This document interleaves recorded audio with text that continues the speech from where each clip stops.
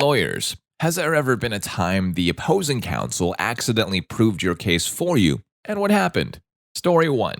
I had a hearing where the opposing party offered an updated contract that my client supposedly signed, except it was a horrible copy and barely readable. Then he assured the judge that the new contract was exactly the same as the old contract, except for the party name at the top. The original contract was in his mom's name, the new one in his name, and the date of the contract itself. He made that assurance multiple times. After he exhausted himself saying how everything was the same, I then pointed out to the judge that half the provisions were different and that my client had never signed that form. The judge asked if we were really accusing him of forging my client's signature since that's a serious accusation. I held up the guy's prior conviction for contract fraud and said, "I absolutely am, Your Honor. We won, hands down, no further argument is needed." Story 2. Not a lawyer, I once had an individual accuse me of HIPAA violation. Sat at a meeting with hospital folks ready to give me a talk before the case moves forward. She started small talk and I said, "Can we please get to the matters at hand?" Then she starts blah blah blah HIPAA blah blah blah. Me. "Thank you. I fully understand the gravity of the accusation. Can you specifically outline why I cannot share this information with the said individual?" Then she starts reciting bullshit hospital policy. I cut her mid-sentence and said, "Here is the document that the patient signed that specifically outlines my ability to share this information with said personnel." Amazingly, how 3 checkpoints failed to look at the damn document, and there I was sitting in a meeting wasting time. She let me walk out after that and told me that she'd take care of the situation. Felt like a total boss. Story 3. My dad's ex-girlfriend took us to court over his estate after he kicked her out. Her claim was that she was entitled to half the pie due to the de facto marriage. Our claim was that she was a gold-digging whore who planned it from the very beginning. She had mountains of evidence of her contribution to Dad's company in running the private estate. Expense reports, receipts, dates, and times she and Dad approved their relationship with trips and combined spending, etc. She had so much evidence the judge took 4 days to look it all over, after which he came back and said, "Why the hell would you have all of this if this wasn't your plan the whole time?" The case was very downhill from there. Some more clarification. She'd done the same thing to her ex-husband, giving precedent. He and her children said so in their testimonies. One of her children even inadvertently admitted she told them what to say and paid them for it. We were able to name the date the relationship between her and my dad ended, which was months before she claimed and outside the time limit to make it a de facto common law marriage. We even had testimony from the doctor at his ICU who said she tried to keep everyone, including his ex-wife, our mother, and us, his children, away from him. Meanwhile, she had his phone and computer and was trying to take over his contacts and business. We had proof of this. Her lawyer was a moron who constantly contradicted himself and the evidence. He lost documents, gave incorrect dates, and asked irrelevant questions of the defense. In the end, it was that her expenses for the relationship were deemed normal for anyone in any kind of romantic relationship, that gifts and meals aren't claimable for compensation, that her contributions to the household and business were not sufficient to warrant compensation, she never actually put any money into anything either, and that the relationship was not sufficient in duration to qualify as a common law marriage. This case took 4 years to settle, including 2 elevations of appeals. She finally gave up because she'd run into about $250,000 of court fee debt, as well as being forced to pay us $40,000. Story 4. I had a misdemeanor possession case I was defending. The client was driving his mom's car. He gets pulled over for playing the stereo too loud. Then there are pills in the center console and a prescription pill bottle. The bottle has his mom's name on it. The client gets arrested and charged with possession of a controlled substance without a prescription. The case is obviously bullshit, but the dumbest DA I'd ever met in my life won't dismiss it, and we go to trial. During closing arguments, the DA says, "This case is a circumstantial evidence case." During my closing, I slap the jury instruction on the projector that says if a case is based on circumstantial evidence, and there is one factual scenario that points to guilt and one that points to innocence, the jury must find in favor of the defendant and acquit. My client was acquitted. Story 5. Not a lawyer, but was taken to court once. A guy had taken my family to court basically because he had been dating my mother and things ended, So he then takes us to small claims court with an itemized list of everything he'd ever bought for the entire family. Every cheeseburger, every Kit Kat. He even billed for things he did like house repairs. Some of the repairs were terrible and ruined other things. He tried to unclog the sink and ended up destroying the main drain pipe for the house. Now, he had bought some more expensive things as well. No one asked him to, but he was one of the types that loved to show how much money he had and would always talk about his connections and would name drop someone anytime we went anywhere. So when he takes us to court with his full itemized list, the judge asks him to go first and present his testimony. He basically says, "While I was with them, I bought all this stuff, I took them to dinner all the time and all this, but it was the idea it would be paid back by them." Judge, you bought a child a birthday cake with the idea it would be paid back? Did you ever say that these things were loans and not gifts? Him, well, no, but I shouldn't need to. That's the normal way people think. Judge, well, that's not the way I'd think. Case dismissed. Well, Jimmy, happy birthday. Here is the BMX bike you wanted. Just remember that when you turn 18, you're going to owe me $300 with compounded interest on a monthly basis. Story 6. Not a lawyer, but took my brother-in-law's landlord to small claims court. He's on SSI and I'm his conservator. We sued her for over $4,000 after she just decided she didn't like him and changed the locks on his apartment door. She also stuffed all of his belongings into trash bags and dragged them out to the curb. This was all done the day before she cashed his rent check. It all started because she was letting herself into his apartment with no notice and was going through his stuff while he was gone. When I found out about this, I told him to let her know that was not okay. He did, and that's why she kicked him out. I'm very organized and presented the judge with a folder containing photos, receipts, short videos on DVD, and the sheriff call logs, as well as a concise timeline of events. The landlord showed up with her son and countersued for the same exact amount we were suing them for, claiming that the apartment was trash, there were holes in the walls, and they would have to repair everything before being able to rent again. During the hearing, the judge asked for evidence of the damage to the room. The son whipped out his cell phone and showed a video panning and walking around the room. The video showed my brother-in-law's apartment obviously still being lived in. His stuff was all still there, and no visible damage, but there were a lot of posters and things hung on the walls. When the judge looked at the video, he asked, "Where's the damage?" The son replied, "You can't see it, it's behind all of the posters." The judge frowns and looks at the video again and then says, "Did you take this video when he was still living there at this time?"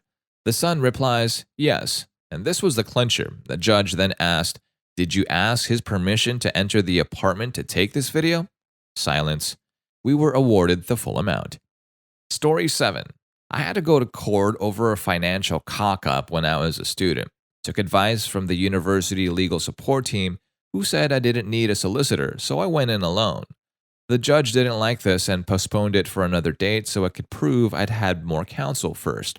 The other party's solicitor caught me outside the court and said, "I didn't tell you this, but," and pointed out a huge error in the financial paperwork that made it very obviously come out in my favor. Went back to legal support, got confirmation that it was right, went to the second hearing alone, and got the entire thing thrown out. The other solicitor winked at me as he left. Saved me about £9,000. Nice chap. Story 8. Not a lawyer, but a relative of a retired prosecutor. The relative was working in a misdemeanor criminal court. Cases always get called in alphabetical order, and two women named Catherine Smith and Catherine Smith were scheduled to have their hearings before the judge. Not their actual names, but you get the point. Both had similar crimes, but were slightly different. So the bailiff announces the next case to the courtroom. Catherine Smith for one count of possession of cocaine with the intention to sell and one count of prostitution. So Catherine Smith stands up and indignantly cries, "Whoa, whoa, whoa, just wait a second. Where the hell did the prostitution charge come from? I may deal crack, but I'm not a whore." Easiest drug dealing case my relative ever prosecuted. In her defense, she did not state that she does or did sell crack, just that she may, but she's no hoe faux show. Story 9. Actual lawyer here from the Fool for a Client file. Was interning at legal services after first year doing discovery work for family law. My supervisor invited us to observe a hearing for a client to get a restraining order against her husband. At the hearing, the client discussed various times he threatened her. The man, representing himself, interrupted and said, "Judge, I never said any of those things. If I had, she wouldn't be standing here. Restraining order granted. Let me just threaten my wife in front of her lawyers and this judge right here, right?" Story 10. Not a lawyer, but here's a story from the burbs. My buddy is in the middle of a situation like that right now. His psycho neighbor built a wall too high and doesn't have proper drainage on his property for the very small creek natural drainage in between their yards. My buddy hired an attorney as the psycho decided to sue him over it. My buddy's engineer that looked over the property noted not only did my buddy set up his yard right, but the neighbor created drainage problems. A neighbor hired his own engineer, which proved my buddy was correct. Now the guy is likely to go postal. The case was going to go to mediation. Since both engineers found fault with the psycho neighbor, my buddy decided he was going to take it to trial. Turn the tables a bit. Story 11. I'm not a lawyer, but witnessed a pathologist win a case in court by destroying the defense's credibility. Now, the question was over whether or not carbon monoxide poisoning could have caused certain signs of death in an individual. But the defense didn't study the chemistry very well and kept asking the pathologist whether carbon dioxide could have caused these signs. After thoroughly frustrating the defense by answering his questions incorrectly, the pathologist said very loudly, "Oh, I'm sorry, did you mean carbon monoxide? Because that's a completely different thing." Completely destroyed the defense's credibility in front of the jury.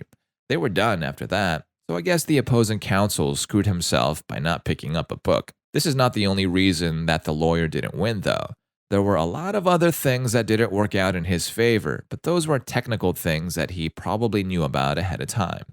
This was a case where he was asking a question that he thought was going to work out in his favor, but it worked against him because he made a basic chemistry mistake that he honestly should have caught. Yeah, I know he's not a scientist, but you don't have to be a scientist to remember the difference between those two things. Getting terminology correct is part of his job. It's not like anyone caught a felony charge solely because he said that one thing wrong. Story 12. Actual lawyer here, and this one was especially sweet. Was involved in an ownership control dispute of a Venezuelan company. While we had no doubt who controlled the company, opposing counsel had created enough smoke to create just enough doubt for our federal judge to order us to file a declaratory action. After a few months, we received the equivalent of a declaratory order from the high courts in Venezuela, basically saying our client was in control of the company. We had the order translated and certified and drafted a motion explaining to the court how these orders from Venezuela work and how they are in effect the highest law of the land, which meant the case should be over and our client was in control. Opposing counsel drafted an almost identical motion, but they had not received a copy of the newest order. In other words, opposing counsel agreed with our position that these orders from Venezuela would definitely prove who controlled the company, but attached the older order. We prevailed in the declaratory action, and the judge referenced the fact both sides had the same argument in the final order. Some background. The original Venezuelan High Court order, the first order, created the equivalent of receivership in the company we were representing. The receivership hired us to pursue an unrelated claim here in the States against an American company. The receivership was put in place by the shareholders, and the Venezuelan government, as the owner of the Venezuelan company Douchebag, was embezzling money and running the company into the ground.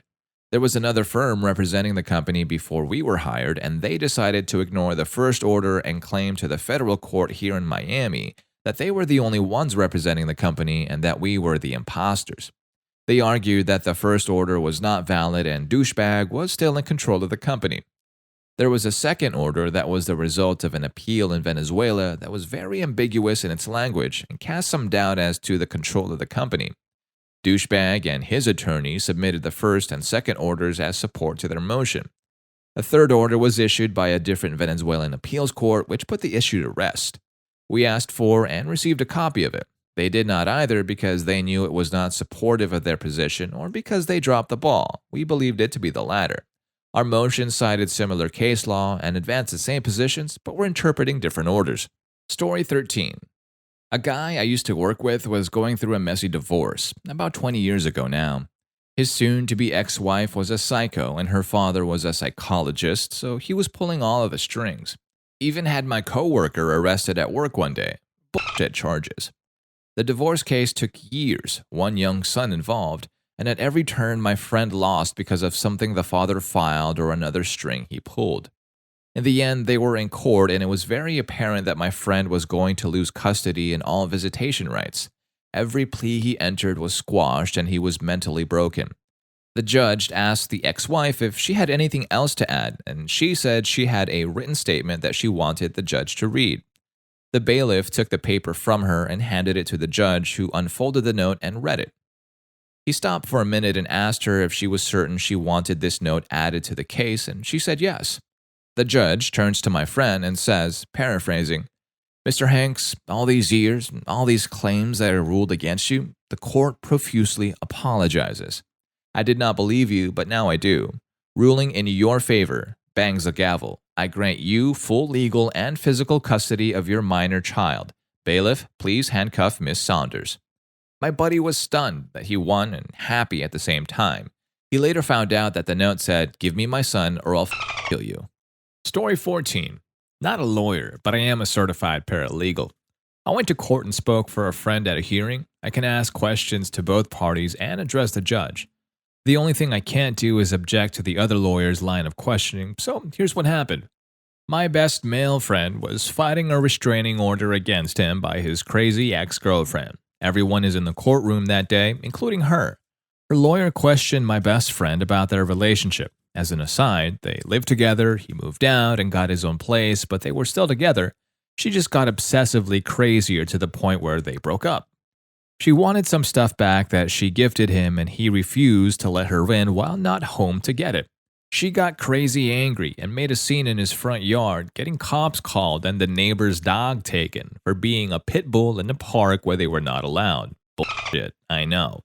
Next thing you know, she's got a restraining order on his mom, who lived right next door to her son, and is trying to get one on him and sue him for his shit back. So when he's on the stand, I'm questioning him about the incident about her showing up and trying to break in.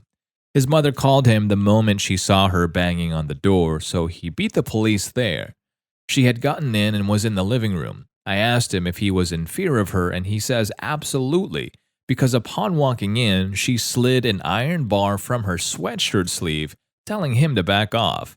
He was just standing there, mouth open wide and shocked. Cue her turn on the stand. I asked her about the day and if she had gotten in. She insisted she did it via a key, which we knew was a lie. She never had a key. So then I asked her about the iron bar. Why did you have it? Where did it come from?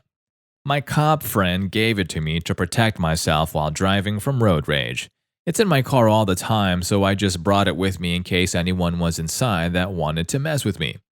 And did you have it up your sleeve?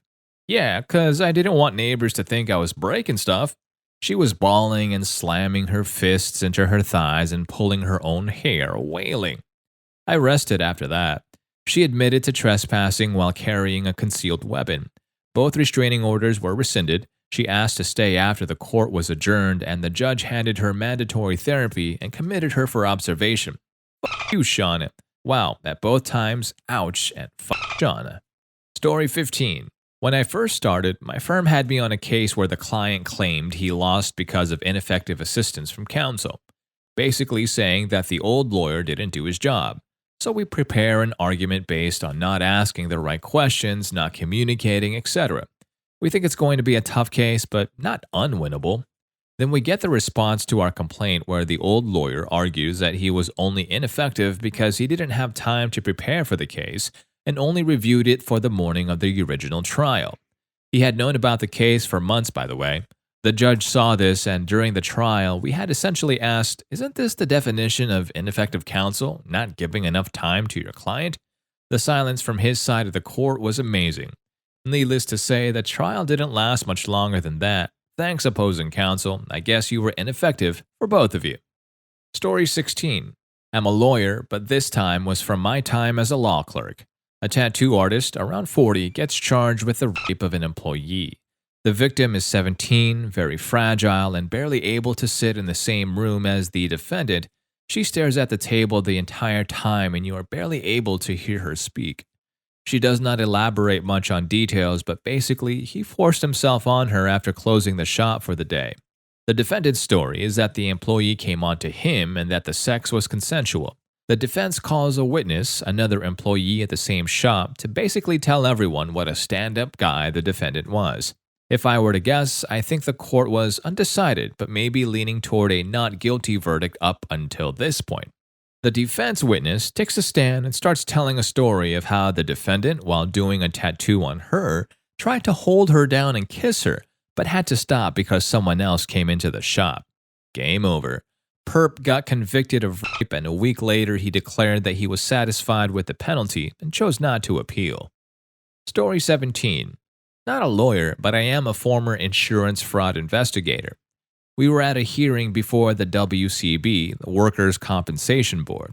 I had something like 18 hours of video spread over a 2-week period of a claimant doing roofing work. The problem, for me, was that the video didn't get a clear face shot. Normally, what we like to do was get in close, show the face for positive identification, and then zoom out. Bonus if the claimant was wearing distinctive clothing that could easily be tied to him. Because of where this guy lived, all I could do was show someone who matched his description getting out of a truck registered to him every morning. He wore a hat, he had a beard, and had neither at the hearing.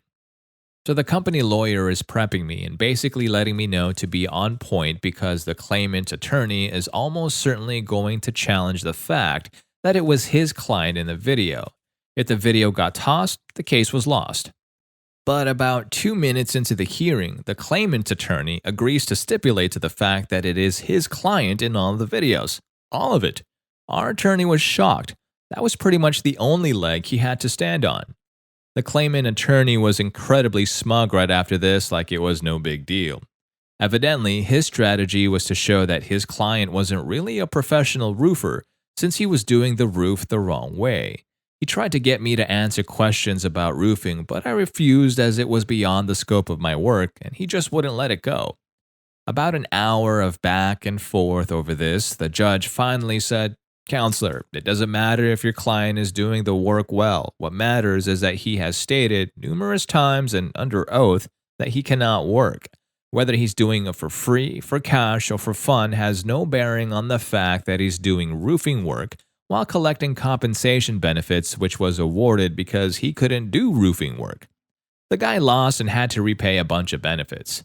After a few of those hearings, I began formulating a list of lawyers I would never hire and ones I would absolutely want on my side.